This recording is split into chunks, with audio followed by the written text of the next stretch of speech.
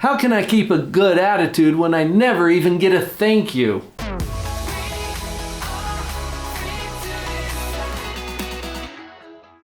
I've heard it. I've felt it. You've probably felt it as well. I'm Dr. Paul Jenkins, a clinical psychologist. In the next few minutes, you're going to learn more about the workings of your own brain than most people ever learn in a lifetime. Stay tuned. Before we talk about attitude, we need to talk about a concept that I call metacognition. Don't worry if you've never heard that word before. It's a made-up word. We make up words in psychology. It makes us feel smart. And this is one of them. But if you break it down, cognition means thinking. Metacognition is a higher level. It's thinking about thinking. And notice for a minute that you can do this. This is really important because thinking about our thinking puts us into a position of choice relative to what it is that we're thinking. Keep the metacognition turned on for a few minutes. Now let's go to attitude. The question is, how can I keep a good attitude when I never even get a thank you? Here's how.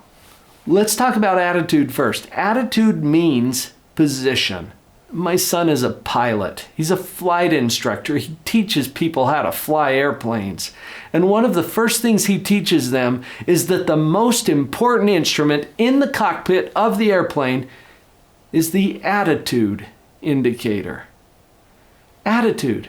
I knew altitude was an aviation thing, but this attitude, what is that? In aviation, attitude means the position of the plane. So if you picture a plane that has its nose up, that's an attitude. Or if it's got a nose down, or if it's banking one way or the other, the attitude of that plane is its position relative to the ground or the horizon.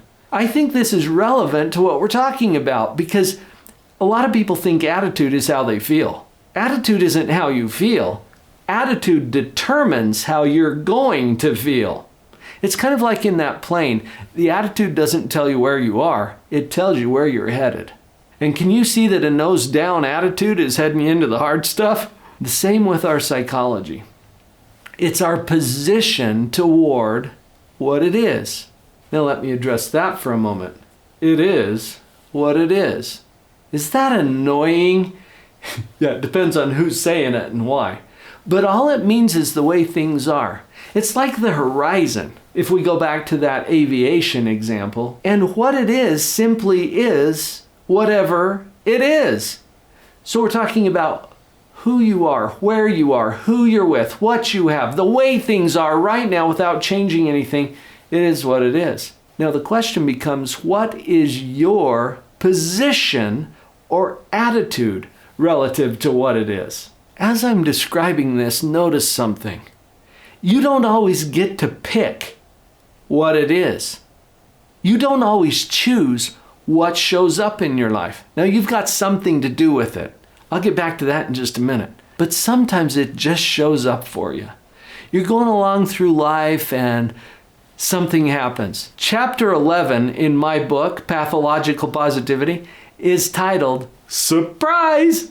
And have you noticed that this is predictable? Surprise is predictable. What I mean is you're going along through life and you're expecting things to go like this, and then surprise, they go like this instead. It happens all the time.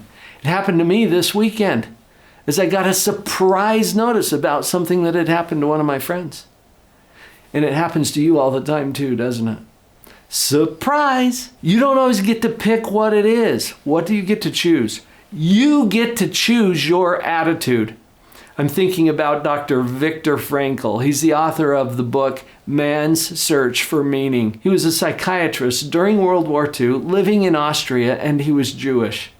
Not a good mix during World War II. He was captured by the Nazis, sent to Auschwitz, among other concentration camps that he visited during that time. His entire family was killed. In his book, he says that everything can be taken from a human being except what he called the last of human freedoms, to choose your attitude. In any given set of circumstances, to choose your own way. He called it the last of human freedoms. What do you get to choose? Your attitude.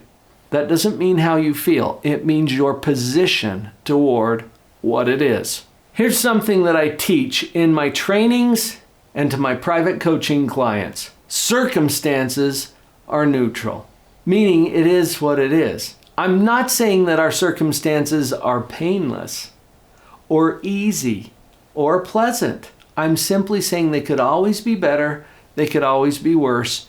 Neutral means that we are right here between better and worse, always. What that means is no matter how bad things seem, it could always be worse, right? Is that true the other direction? No matter how good things seem, it could always be better. Yeah, check your bank account, see if that's true. Here we are, right between better and worse. Always. That's what I mean when I say circumstances are neutral. Our thoughts about our circumstances are not neutral. And it's our thoughts that bring about our feelings. This is something that's called the cognitive triad, and I learned this way back in graduate school when I was getting my PhD. Thoughts, feelings, actions. They are all tied together. It's called the cognitive triad. And what we think determines how we feel. How we feel determines how we show up. The fact that we don't get to choose all of our circumstances should bring to mind an important question. Then what can we choose? It's our attitude. It's our position. It's our thinking about what it is.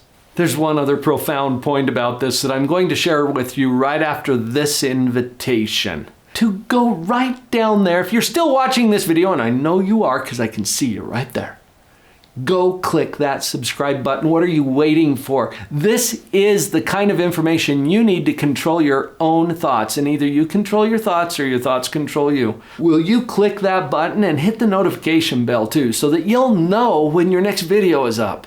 I just shared with you something that is going to change the game for you, that thoughts control feelings. You get to choose what your thoughts are. And this is simple. Simple and easy are not the same thing because psychologically we default to our programming. When I say programming, I mean what you've been trained, taught, and educated to think all along. It's whatever you've already been practicing. And we get really good at thinking what we've already practiced. It's kind of like language. I was programmed to speak English. I didn't choose it. I was programmed by people who didn't give me a choice.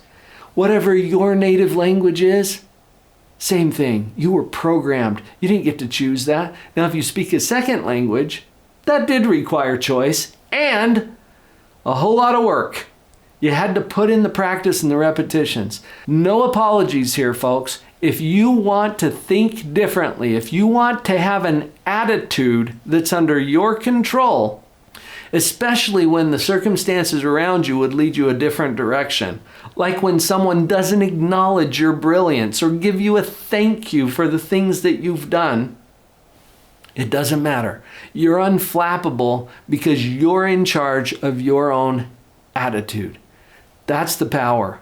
Here's that last profound thought that I promised to share with you. And it's not my thought. This is something that I have gained from my wise mentors and coaches over all of these years. And it's this. Once we see it as a choice, it actually becomes a choice. And the converse is true as well. Until we see it as a choice, it's not. And we'll just roll with whatever our programming is. Once we see it as a choice, it actually becomes a choice. And that puts us in a position where we can start to steer the thinking and the processes in our own brain in ways that are going to completely change the game. I hope that that helps you to take control of your attitude.